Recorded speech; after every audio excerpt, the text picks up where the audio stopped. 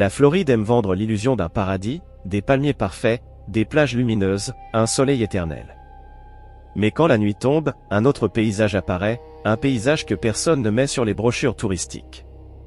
Sous les lampadaires des parkings déserts, des silhouettes immobiles s'alignent comme des fantômes métalliques. Des voitures usées. Des fourgons affaissés. De vieilles caravanes dont la peinture brûlée raconte toutes les années passées à lutter contre le soleil. Vu de loin, on dirait des véhicules oubliés. Sauf que ces véhicules, personne ne les a oubliés. Parce que dedans, il y a des gens. Derrière leurs vitres couvertes de buée, des Floridiens dorment à moitié assis, un ventilateur portable sur les genoux, la chaleur étouffante collée à leur peau. Ce ne sont pas des marginaux. Ce ne sont pas des nomades par choix. Ce sont des travailleurs. Enseignants, cuisiniers, gardiens, aides-soignants, chauffeurs de bus. Des gens qui se lèvent chaque matin pour maintenir la Floride debout, tout en sachant qu'ils n'ont plus les moyens d'y vivre. La mascarade du « Sunshine Lifestyle » se fissure dès qu'on regarde ce qui se passe derrière les commerces, derrière les supermarchés, derrière les façades vibrantes d'Orlando ou de Tampa. La vérité est simple, ici, la vie coûte plus cher que les salaires. Et quand l'écart se creuse, il finit par avaler des milliers de personnes. Garez-vous dans un grand parking après minuit et comptez-les. Le vieux Winnebago collé contre la clôture, pneus mous, fenêtres obstruées. La caravane qui n'a pas bougé depuis des semaines. Le camping-car de 1997 maintenu en vie par du silicone, du ruban adhésif et des prières. Tous habités. Tous occupés par quelqu'un qui se bat pour rester invisible. Car en Floride, être pauvre n'est pas seulement difficile. C'est presque illégal. Dormir dans son véhicule? Interdit. Rester stationné trop longtemps? Interdit. Chercher un coin tranquille? Remorquage immédiat. Les lois sont faites pour que personne ne puisse survivre longtemps ainsi, pas sans se cacher, pas sans bouger chaque nuit, pas sans vivre avec la peur constante d'un coup brusque à la fenêtre et la lumière agressive d'une lampe torche. Et contrairement à l'image glamour vendue par les influenceurs Van Leaf, ici personne n'a un sponsor, un plan B ou une famille qui peut payer une réparation quand le moteur lâche. Quand leur générateur tombe en panne, ils restent dans le noir. Quand leur frigo casse, ils perdent toute leur nourriture. Quand leur transmission rend l'âme et elle finira par le faire, ils se retrouvent face à une réparation de 4 000 $ qu'ils n'auront jamais. Et quand un véhicule cesse de rouler, c'est la fin. Car en Floride, un véhicule immobile devient un véhicule abandonné. Et un véhicule abandonné disparaît. Remorqué. Mis en fourrière. Vendu. Avec tout ce qu'il contient. Avec toute la vie de celui qui y vivait. C'est à ce moment-là que beaucoup comprennent ce que personne ne veut dire à voix haute. On ne tombe pas dans ce piège d'un seul coup. On y glisse, lentement, domino après domino, jusqu'à ce que tout devienne inévitable. Et si cette réalité vous choque, gardez ceci en tête. Ce que vous voyez ici n'est pas un problème local. C'est un modèle qui se répand, silencieusement. Une mécanique qui avance, ville après ville. Et si vous ne comprenez pas comment ces milliers de vies basculent, alors vous ne verrez jamais arriver le moment où ce même mécanisme frappera votre propre quartier. On pourrait croire que vivre dans un véhicule est un tournant brutal, un choix soudain imposé par le destin. Mais ce n'est jamais un accident isolé. C'est une mécanique précise, une succession d'événements qui s'enchaînent jusqu'à rendre la chute inévitable. Rien dans cette trajectoire n'est dû à un manque d'effort ou à une mauvaise décision. C'est une équation froide. Un alignement parfait d'éléments qui transforme une vie stable en survie permanente. Tout commence par les chiffres. En Floride, l'économie repose sur des emplois mal payés dans les parcs d'attractions, les hôtels, la restauration, le tourisme. Prenons un travailleur ordinaire d'Orlando, quelqu'un qui sert des touristes toute la journée, sous 35 degrés, avec un sourire qui doit être permanent.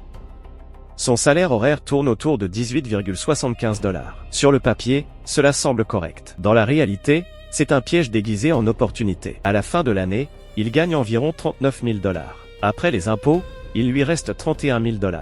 Cela fait 2 583 $ par mois. Et c'est là que le sol commence à glisser. Un appartement de 2 chambres coûte 2 200 $. Pas un appartement luxueux, juste quelque chose de correct. Il reste 383 $. Ensuite, paiement de la voiture, 270 $. Assurance auto, 165 $. Essence, 2 cents $. Téléphone, 80 $. Les frais de transport et de communication dépassent déjà ce qu'il lui restait. Sans même avoir acheté un seul sac de nourriture. Sans avoir payé une visite médicale. Sans avoir mis un centime de côté pour une urgence. Alors il commence à jongler. Un mois il paie l'assurance. Le suivant, il saute l'entretien de la voiture. Un jour il mange correctement, le lendemain il réduit les repas. Il travaille malade, parce qu'un arrêt de travail signifie qu'aucun repas n'arrivera dans le frigo. Il repousse le voyant moteur. Il court après les heures supplémentaires. Il accumule les dettes invisibles, fatigue, stress, anxiété, pression. Il se dit qu'en faisant encore plus d'efforts, en serrant un peu plus les dents, il tiendra jusqu'au mois suivant. Mais ce n'est pas lui qui cède, c'est le système. Le deuxième choc arrive toujours sous une forme différente, mais le résultat est identique. Un ouragan ralentit le tourisme, heures coupées. Un enfant tombe malade, absence non payée. Un propriétaire décide de vendre son immeuble, loyer augmenté de 6 cents. Un dégât des eaux rend l'appartement inhabitable, assurance inexistante. Une voiture casse, 3 000 $ de réparation. Et en un instant, les calculs impossibles deviennent un gouffre. Un mois de retard, puis 2, puis 3. L'avis d'expulsion tombe. Le shérif donne 30 jours. Chaque appartement visité exige le premier mois, le dernier mois, la caution, la preuve que vous gagnez 3 fois le loyer. On vous demande 7 000 $ immédiatement. Vous n'en avez pas 700. Vous cherchez un refuge. Les centres d'hébergement sont saturés. La liste d'attente dure 4 mois. Vous n'avez que 4 heures pour quitter votre logement. Ce que vous ne pouvez pas porter disparaît. Votre vie se retrouve dans des sacs en plastique. C'est là que le troisième effet domino apparaît, le véhicule. Votre dernière option. La voiture devient un abri. Puis une caravane d'occasion achetée à bas prix. Un vieux camping-car vendu 3 200 $, malgré ses fuites et son moteur instable. Vous vous persuadez que ce sera temporaire. Juste le temps de se remettre sur pied. Mais en réalité, vous venez d'entrer dans un piège dont presque personne ne sort. La quatrième étape, c'est l'usure psychologique. Vous devez trouver un endroit où dormir sans être dérangé. Un Walmart, sécurité agressive. Une aire de repos, patrouille. Une zone commerciale abandonnée, amende sur le pare-brise. Une rue tranquille, les voisins appellent la police. Alors vous vous déplacez constamment, comme un fugitif. Jamais 2 nuits au même endroit. Jamais plus de 4 heures de sommeil d'affilée. Jamais 1 heure sans craindre un coup violent à la porte. À force d'errance, vous devenez administrativement inexistant. Pas d'adresse égale pas de courrier. Pas de courrier égale pas de papier à jour. Pas de papier égale pas de travail stable. Pas d'adresse égale pas d'école pour votre enfant. Pas d'adresse égale pas de compte bancaire. Vous êtes vivant, mais officiellement effacé. Hyper visible pour les forces de l'ordre, invisible pour tout le reste. Et puis vient le cinquième domino, la panne mécanique. Elle ne surprend jamais. Elle arrive toujours. La transmission glisse. Le devis annonce 4 200 $. Vous avez peut-être 60 $. Vous attendez la prochaine paie. Le véhicule s'arrête. Il devient immobile. Et immobile égale abandonné. Les 72 heures commencent à tourner. Remorquage. Fourrière. Stockage facturé chaque jour. Puis mise en enchère. On vous rend 1 heure pour récupérer le contenu. 1 heure pour vider la dernière trace de votre vie. Puis plus rien. Plus de maison, plus de véhicules, plus de biens. Juste la rue. Juste la chute finale. Et ce processus n'est ni rare, ni exceptionnel. Il se répète chaque semaine, chaque nuit, chaque tempête. Un pays entier laisse tomber des dominos humains, comme un mécanisme qui tourne sans jamais s'arrêter. Les gens imaginent encore que ceux qui vivent dans des camping-cars en Floride mènent une vie un peu bohème, une parenthèse temporaire entre 2 appartements. La vérité n'a rien de romantique. Ces véhicules, brûlés par le soleil et rongés par le sel, ne sont pas des symboles de liberté. Ce sont des cages en aluminium posées dans des parkings, des abris précaires qui deviennent des trappes dès que la mécanique faiblit ou que la police approche. Et pendant que l'État poursuit sa croisade invisible contre ces vies mobiles, une certitude se dessine, ce n'est pas un accident social, c'est une architecture. Un modèle économique qui produit exactement ce résultat. La Floride, vitrine du tourisme et paradis fiscal pour retraités, repose sur un paradoxe. Attirer des millions de visiteurs exige des dizaines de milliers de travailleurs, mais loger ces travailleurs à proximité des zones touristiques est devenu impossible. Le marché immobilier s'est emballé sous l'effet des investisseurs, des sociétés de location saisonnière, et des retraités aisés venus de tout le pays. Les loyers ont explosé, les assurances habitation sont devenues inaccessibles, et ceux qui servent l'économie doivent vivre toujours plus loin, jusqu'à ce qu'ils ne puissent plus vivre nulle part. Quand ces travailleurs basculent dans un véhicule, le système ne les ignore pas, il les combat. La Floride possède parmi les politiques anti-véhiculaires living les plus agressives des États-Unis. Des comtés ont installé des barres anti-hauteur à l'entrée des parkings publics pour empêcher les camping-cars d'y accéder. D'autres ont renforcé les patrouilles de nuit, 3 rondes, parfois 4, uniquement pour repérer les véhicules qui semblent habiter. Alors que l'idée d'un camping-car évoquait jadis la liberté, aujourd'hui, en Floride, elle évoque l'illégalité. Dormir dans son véhicule égale contravention. Stationner trop longtemps égale mise en fourrière.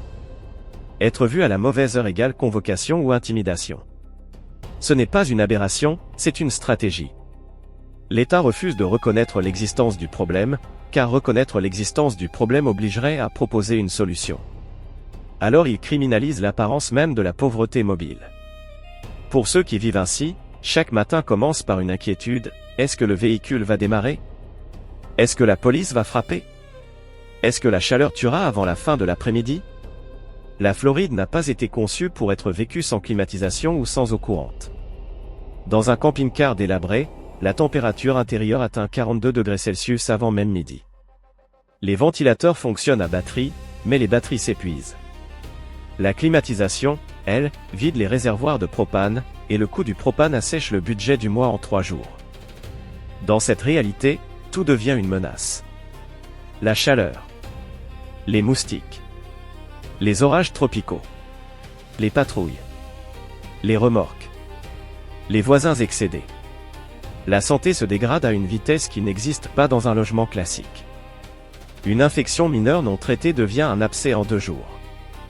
Une crise d'asthme sans climatisation se transforme en urgence vitale. Un diabétique sans réfrigération perd son insuline. Une fracture dans un espace exigu devient un handicap permanent. Et pourtant, tout cela n'est qu'un volet du problème.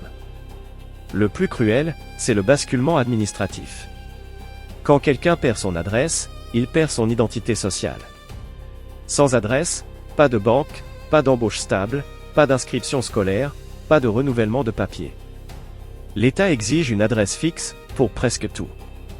Ainsi, en quelques semaines, une famille devient invisible, malgré le fait qu'elle soit plus visible que jamais pour la police ou les passants. C'est ici que la spirale s'accélère. Les camping-cars vieillissants tombent en panne. Une panne égale immobilisation. Immobilisation égale véhicule considéré comme abandonné. Abandonné égale fourrière. Fourrière égale perte définitive. En Floride, un remorquage coûte 3 cents à 5 cents $. L'entreposage dépasse souvent 85 $ par jour. Au bout de 10 jours, le prix pour récupérer un camping-car dépasse le salaire mensuel d'un employé de parc d'attractions. Et le camping-car est vendu aux enchères avant même que son propriétaire ait réuni la moitié de la somme. Quand le véhicule disparaît, tout disparaît. Documents, médicaments, vêtements, souvenirs, outils de travail, jouets d'enfants. L'abri se transforme en vide. La chute se termine sur le trottoir. Sans retour possible. Pourtant, ce qui rend la situation encore plus sombre, c'est qu'elle n'est pas irrémédiable. D'autres États ont déjà réussi à briser cette spirale. Santa Barbara, Portland, Austin, 3 modèles différents, 3 approches efficaces, 3 preuves irréfutables que la solution existe. Stationnement sécurisé, sanitaires accessibles, gestion de cas, branchement électrique, zone dédiée, partenariat avec des parcs privés. Les résultats sont là. Jusqu'à 84% de transition vers un logement stable dans certains programmes. Une baisse de 73% des visites aux urgences dans d'autres. Des milliers de vies stabilisées pour un coût inférieur à celui de l'application de la loi. Tout cela fonctionne, coûte moins cher, et sauve des vies. Alors pourquoi la Floride ne le fait pas? La réponse est brutale. Parce que reconnaître le problème obligerait à admettre que le modèle actuel détruit ceux qui font tourner l'État. Parce que le tourisme rapporte plus lorsque la misère reste cachée. Parce que la criminalisation coûte cher, mais coûte moins que l'humanité, tant que les statistiques ne deviennent pas visibles. Ce qu'on voit aujourd'hui dans les parkings de Floride, c'est une fracture qui grandit. Une ligne électrique tendue qui craque. Une crise qui préfigure ce qui attend les autres États où les loyers montent, les salaires stagnent et les assurances explosent. La Floride n'est pas l'exception. Elle est l'avant-goût. Et si rien ne change, ce qui se passe dans ces parkings Walmart deviendra l'image normale de l'Amérique de demain.